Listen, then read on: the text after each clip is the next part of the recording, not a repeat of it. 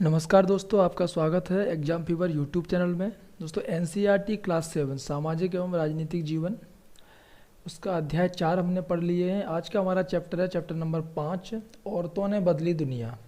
तो इससे पहले वाले चैप्टर में हमने पढ़ा था कि महिलाएं घर के काम के अलावा और भी काम करती हैं और इसके अलावा उनका जो घर का काम है उसे काम नहीं माना जाता है हमारे समाज में। लेकिन घर के काम कितने इम्पोर्टेंट होते हैं और कितने ज़्यादा होते हैं, ये सब कुछ हमने इससे पहले वाले चैप्टर में पढ़ा था।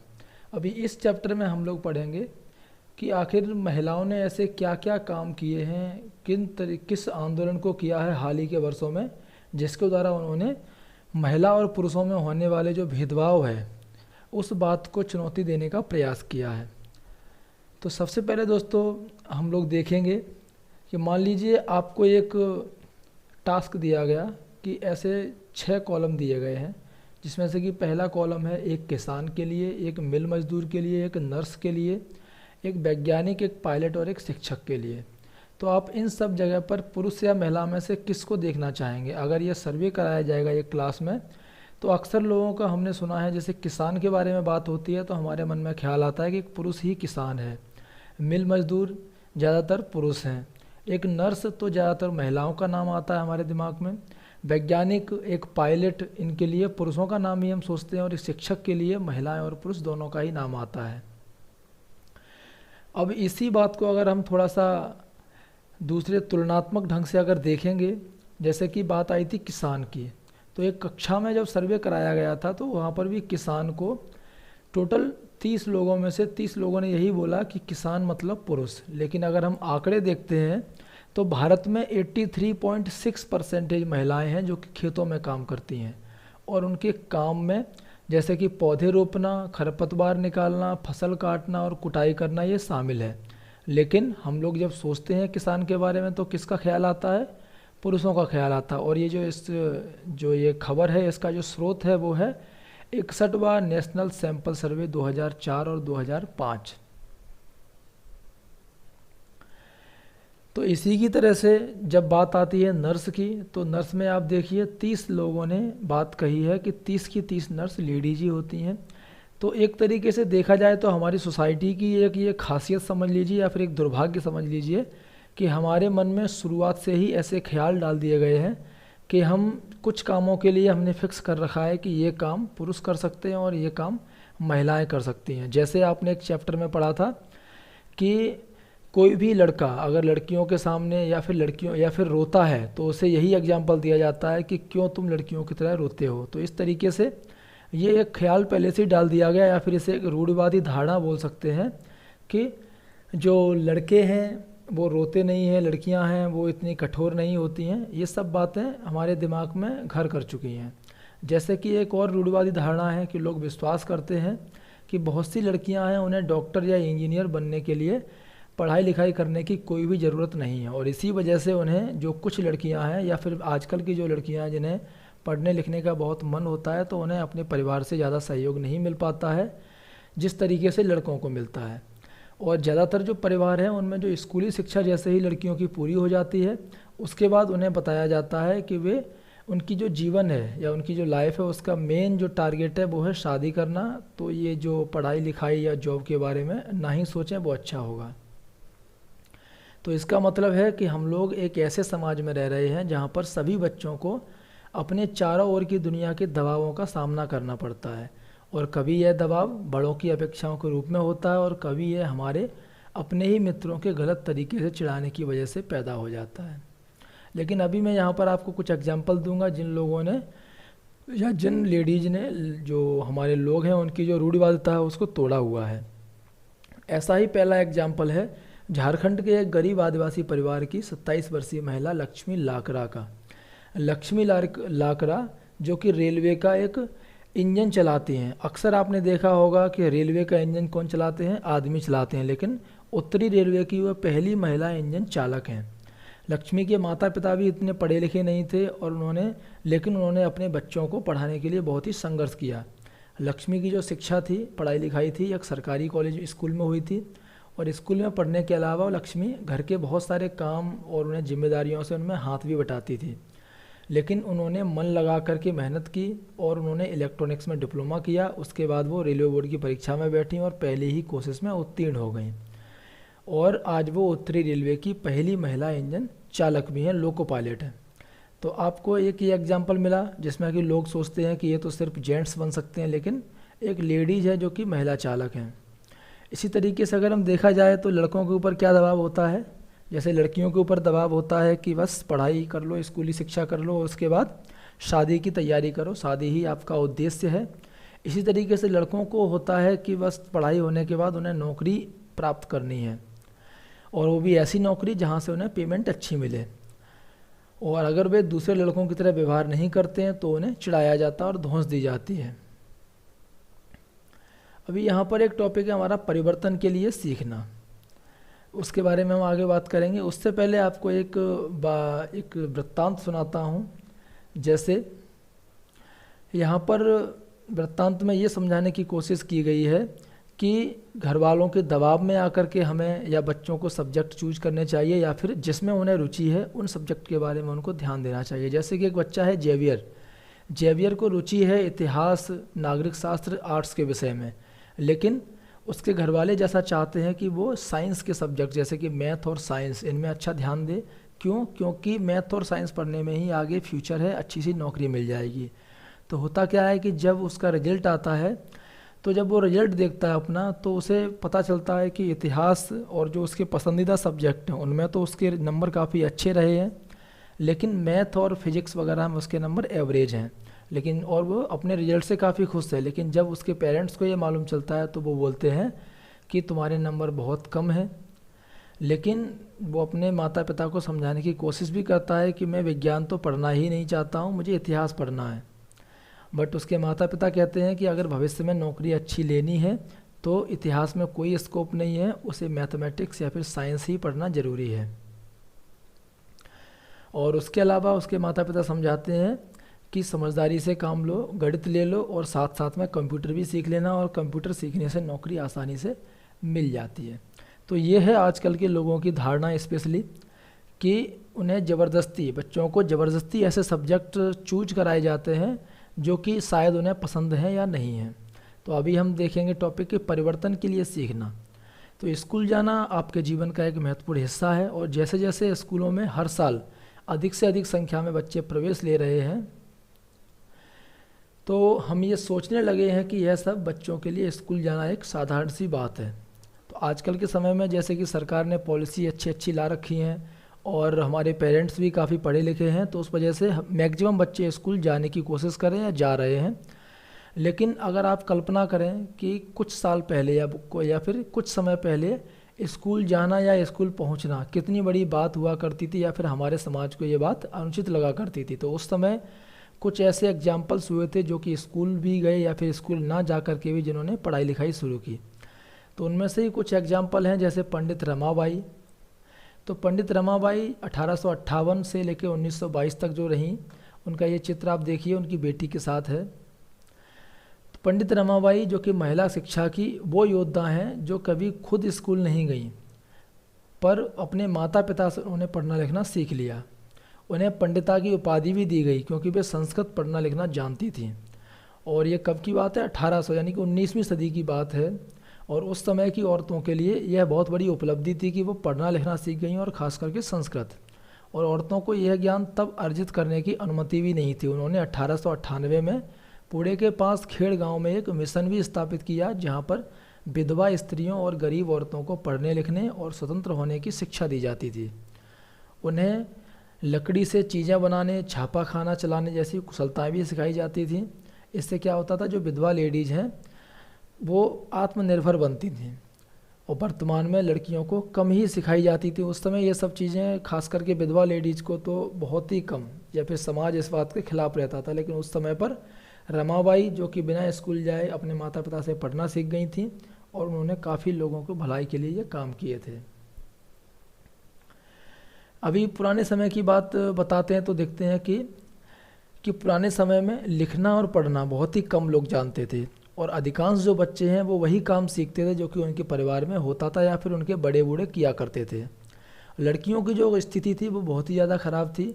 उस समय सोसाइटी में जहाँ पर लड़कों को पढ़ना और लिखना सिखाया जाता था, लड़कियों को एक अक्षर तक सीखने की अनुमति नहीं थी।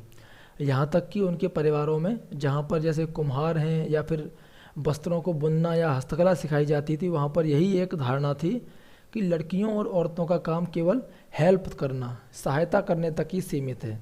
जैसे अगर कुम्हार का व्यवसाय हो रहा है तो लड़कियां या लेडीज वो मिट्टी को इकट्ठा करना या बर्तन बनाने के लिए उसे तैयार करना, बस ये काम करती हैं। वो चाक भी नहीं चला सकती हैं, इसीलिए उन्हें कुम्हार भी नहीं माना जाता है। 19वीं सदी में यानी कि लगभग 200 साल पहले जो शिक्षा है उसके बारे में बहुत सारे नए विचारों ने जन्म लिया। छोटे छोटे स्कूल बहुत सारे ट्रेंड में आए, प्रचलन में आ गए, और जो समाज में जिन्होंने स्वयं कभी पढ़ना लिखना नहीं सीखा था वो भी अपने बच्चों को स्कूल भेजने लगे। लेकिन उस समय भी लड़कियों की शिक्षा को लेकर के बहुत विरोध हो रहा था।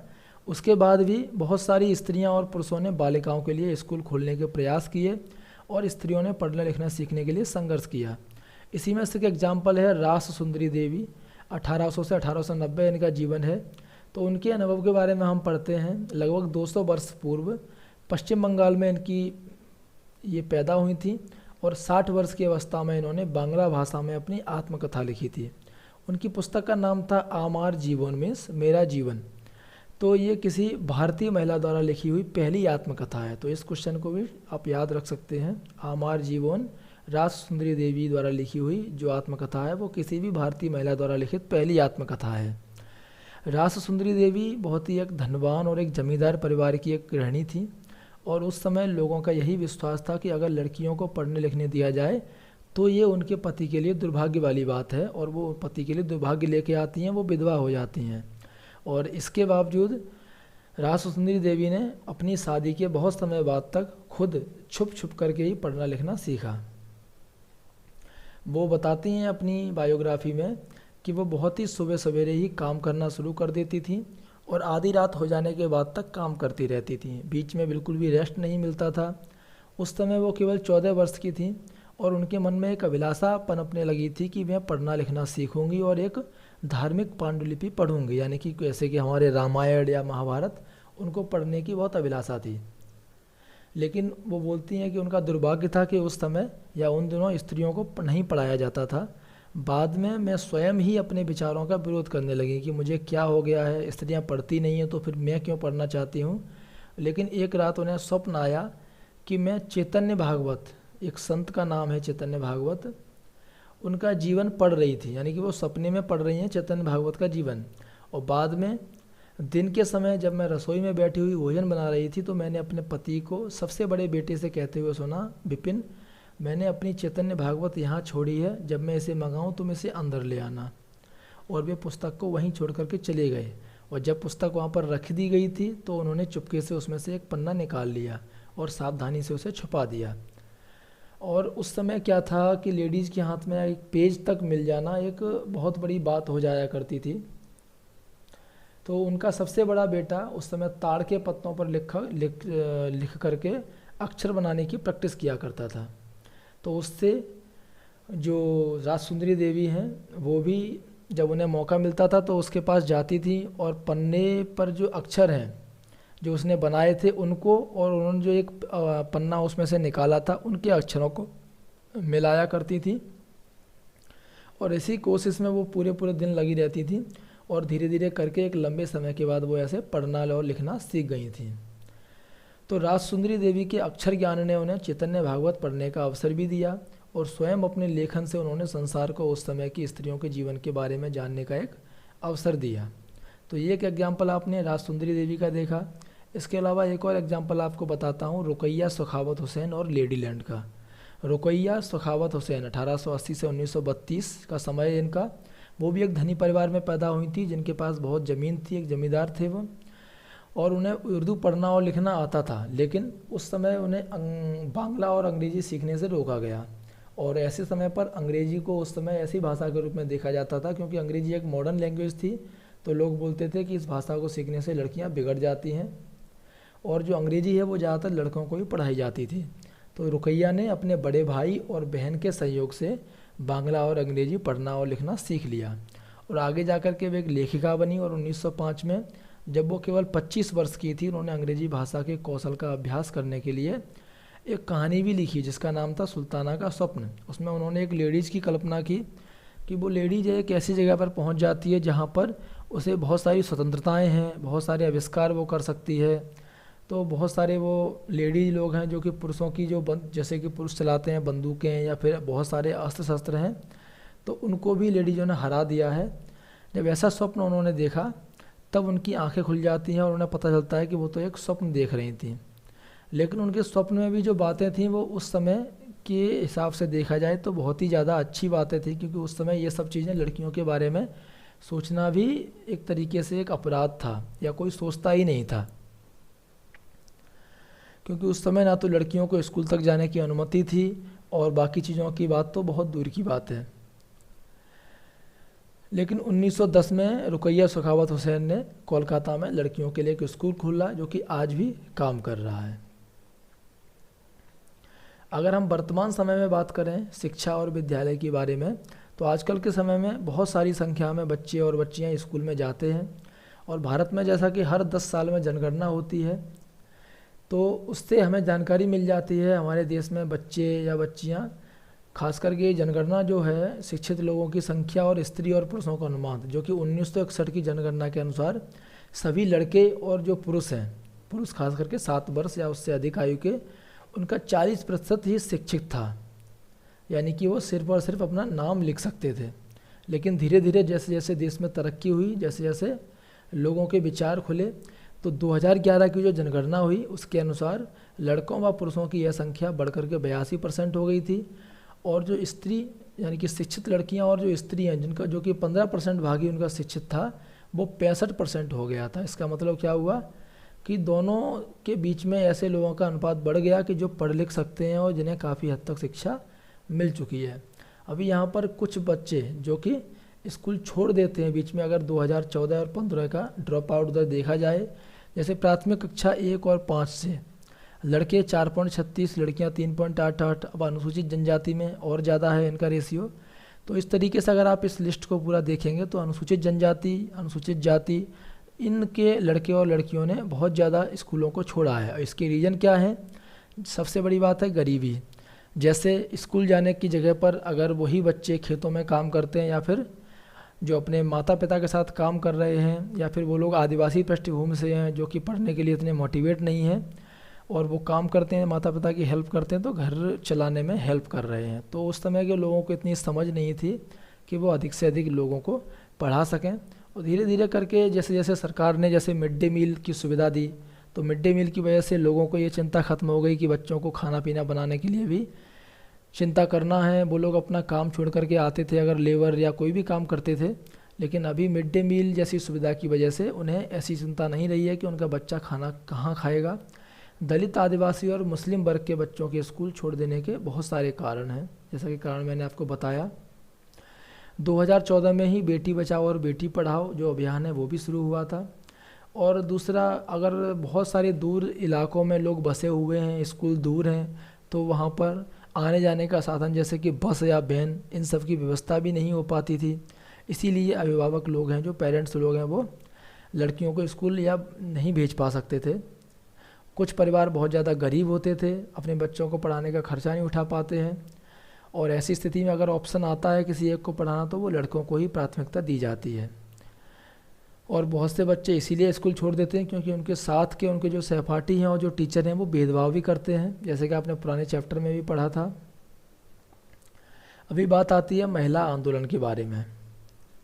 महिलाओं और लड़कियों को जब पढ़ने कम दिया जाता था या फिर स्कूलों के बारे में सोचते ही नहीं थे, तो महिलाओं ने अपने लिए बहुत सारे आंदोलन भी किए। बहुत सारे जो देश के अलग अलग भागों में बहुत सारी औरतें और उनके महिला संगठन हैं, उन्होंने इन आंदोलनों में हिस्सा भी लिया। और बहुत सारे जो पुरुष हैं उन्होंने भी महिला आंदोलन का समर्थन किया। और ऐसे आंदोलनों में जो लोग जुड़ते थे उनकी मेहनत, निष्ठा और उनकी विशेषताएं एक बहुत ही जीवंत आंदोलन को बना देती हैं, यानी कि आंदोलन एक जिंदा दिल आंदोलन बन जाता है। और ऐसे आंदोलन में चेतना जागृत करने, भेदभाव का मुकाबला करने और न्याय हासिल करने के लिए विभिन्न विभिन्न रणनीतियों का उपयोग किया गया था। तो उनकी जो झलक है वो आप यहाँ पर देख सकते हैं, जैसे कि यहाँ पर दिया गया एक सत्या रानी के बारे में। महिला आंदोलन की एक सक्रिय सदस्य हैं। ये आप देख सकते हैं यहाँ पर जो बैठी हुई हैं सुप्रीम कोर्ट के सामने। तो दहेज के लिए इनकी बेटी को मार दिया गया था, तो उसके न्याय के लिए बहुत ही इन्होंने एक लंबा मुकदमा लड़ा था। उसकी फाइलों को आपको यहाँ पर कॉपी दिखाई जा रही है, बहुत सारे फ़ोटो में देख सकते हैं। इनकी बेटी को दहेज प्रताड़ना में मृत्यु हो गई थी। अगर हम उदाहरण देखें तो 1980 के दशक में देश भर के महिला संगठनों ने दहेज हत्याओं के खिलाफ आवाज़ उठाई थी। उस समय क्या होता था कि नई नई शादी हुई और जो स्त्रियां हैं उनके पति और ससुराल वाले लोग दहेज के लिए उन्हें इतना प्रताड़ित करते थे कि बहुत से लोगों की मौत भी हो जाती थी। तो महिला संगठनों ने इस बात के लिए कड़ी आलोचना की और उन्होंने कहा कि कानून अपराधियों का कुछ कर नहीं पा रहा है, इसलिए इस मुद्दे पर महिलाओं को सड़कों पर आना पड़ेगा। उन्होंने अदालत के दरवाजे खटखटाए और आपस में अनुभव और जानकारियों का आदान प्रदान किया और फाइनली समाज का एक बड़ा सार्वजनिक मुद्दा बन गया और अखबार में भी आने लगा और दहेज से संबंधित कानून को बदला गया, जिससे कि दहेज मांगने वाले परिवार को अधिक से अधिक दंडित किया जाए। औरतों के अधिकारों के संबंधों में समाज में जागरूकता बढ़ाना भी महिला आंदोलन का एक प्रमुख कार्यक्रम है। तो महिलाओं ने क्या किया, गली गली नुक्कड़ों पर जो नुक्कड़ नाटक हैं इनके द्वारा औरतों में जागरूकता बढ़ाई। उसके अलावा जिन नियमों से या जिस तरीके से महिलाओं के हितों का अगर उल्लंघन होता था, जैसे कोई भी चाहे कानून हो या फिर कोई लोकल कानून हो, किसी भी धर्म का कानून हो, तो महिलाओं ने आंदोलन करके ऐसे लोगों के खिलाफ या ऐसे उल्लंघनों के खिलाफ आवाज़ उठाई। लोगों का ध्यान आकर्षित करने के लिए रैलियां की। यहाँ पर आप एग्जाम्पल देख सकते हैं फ़ोटो में। इसके अलावा बंधुत्व व्यक्त करना यानी कि भाईचारा का प्रदर्शन भी करती हैं महिलाएं, जैसे कि न्याय के अन्य मुद्दों व औरतों के साथ बंधुत्व व्यक्त करना भी महिला आंदोलन का ही हिस्सा है। 8 मार्च को होता है अंतर्राष्ट्रीय महिला दिवस। इस बात को याद रखिए, क्वेश्चन आ सकता है कि अंतर्राष्ट्रीय महिला दिवस कब होता है, 8 मार्च को। तो इस मौके पर दुनिया भर की औरतें अपने संघर्षों को ताज़ा करने और जश्न मनाने के लिए इकट्ठी होती हैं। और हर साल भारत और पाकिस्तान बॉर्डर पर अटारी बाघा बॉर्डर में भारत पाकिस्तान की सीमा पर हज़ारों लोग इकट्ठा होते हैं 14 अगस्त को और एक सांस्कृतिक कार्यक्रम आयोजित करते हैं, जैसा कि आप इस तस्वीर में देख सकते हैं। अब यहाँ पर कुछ क्वेश्चंस हैं प्रैक्टिस के लिए कि आपके विचार से महिलाओं के बारे में प्रचलित रूढ़िवादी धारणा कि वे क्या कर सकती हैं और क्या नहीं, उनके समानता के अधिकार को कैसे प्रभावित करती हैं। सबसे बड़ी बात यह है कि जैसा कि अगर रूढ़िवादी धारणा है कि महिलाएं जैसे डिफेंस में नहीं जा सकती हैं या फिर महिलाएं मैथ नहीं पढ़ सकती हैं, ऐसी जो धारणाएं थी कुछ लोगों में, तो वो उनके समानता के अधिकार को बहुत ही ज़्यादा तरीके से प्रभावित कर रही हैं। क्योंकि समानता के अधिकार में यही बोला गया है कि हर भारतीय नागरिक अपने डिसीजन लेने के लिए स्वतंत्र है और वो पुरुष भारत में कोई भी इंसान धर्म, जाति, लिंग के आधार पर भेदभाव नहीं कर सकता है। तो वहाँ पर भेदभाव महिलाओं के साथ क्यों हो रहा है। और भी ऐसे बहुत एग्जाम्पल हैं जिनसे कि समानता का अधिकार प्रभावित होता है। आप भी सोचिए, कोई एक कारण बताइए जिसकी वजह से राज सुंदरी देवी, रमाबाई और रुकैया हुसैन के लिए अक्षर ज्ञान इतना महत्वपूर्ण था। तो कारण सबसे अच्छी बात यह है, सबसे बड़ा कारण यही है कि उन्हें पढ़ने का शौक़ था। वो भी अपने भाइयों की तरह या फिर अपने सोसाइटी में जो लोग पढ़े लिखे थे उनको देख करके प्रेरित हुई थी कि उन्हें भी पढ़ना है। जैसे कि आपने राज सुंदरी देवी का देखा था या रमाबाई का देखा था कि उन्हें चैतन्य भागवत को पढ़ना है, स्वप्न भी देखा था। निर्धन बालिकाएं पढ़ाई बीच में ही छोड़ देती हैं क्योंकि शिक्षा में उनकी रुचि नहीं है। इस अनुच्छेद को पढ़ करके स्पष्ट कीजिए कथन सही क्यों नहीं है। तो आप ऊपर वाले पेज में देखिए इसको और बताइए, आप समझ जाएंगे पूरे टॉपिक को पढ़ेंगे तब। क्या आप महिला आंदोलन द्वारा व्यवहार में लाए जाने वाले संघर्ष के 2 तरीकों के बारे में बता सकते हैं। तो महिलाएं आंदोलन कैसे करती हैं, कोई 2 तरीके आप जैसे कि अगर आप देख सकते हैं कि कैंडल्स के द्वारा भी करते हैं, पोस्टर्स के द्वारा करते हैं, या फिर संसद भवन के सामने या सरकारी ऑफिसों के सामने भी संघर्ष होता है। इसके तरीके अलग अलग क्या होते हैं, आपने अगर देखे हो अपने आसपास तो उन्हें आप शेयर कीजिए। और क्या नहीं, महिलाएं क्या कर सकती हैं और क्या नहीं, इस विषय पर आपको रूढ़ियों के विरुद्ध संघर्ष करना पड़े तो आप पढ़े हुए तरीकों में से कौन सा तरीके का उपयोग करेंगे और आप इसी विशेष तरीके का उपयोग क्यों करेंगे। तो आप लोग कमेंट बॉक्स में मुझे कमेंट करके बताएं कि अगर आपको मान लीजिए कोई ऐसा मौका मिलता है कि महिलाओं के खिलाफ कहीं जैसे कि दहेज या फिर महिलाएं ये नहीं कर सकती हैं, ऐसा किसी या आप मान लीजिए ये भेदभाव आपकी सिस्टर या आपकी वाइफ के साथ होता है, तो आप उस समय उनकी हेल्प करने के लिए कौन सा संघर्ष का रास्ता अपनाएंगे और किस तरीके से संघर्ष करेंगे और उसी रास्ते को क्यों अपनाएंगे, ये सब बातें आप चाहें तो कमेंट बॉक्स में लिख करके मुझे बता सकते हैं, शॉर्टकट में ही सही, जिससे कि मैं समझूं कि आप लोगों ने इस चैप्टर को कितना समझा। बाकी कोई भी डाउट होता है इस चैप्टर के बारे में आप कमेंट करके मुझे बताइए। अगले चैप्टर को हम अगले वीडियो में कवर करेंगे। धन्यवाद दोस्तों।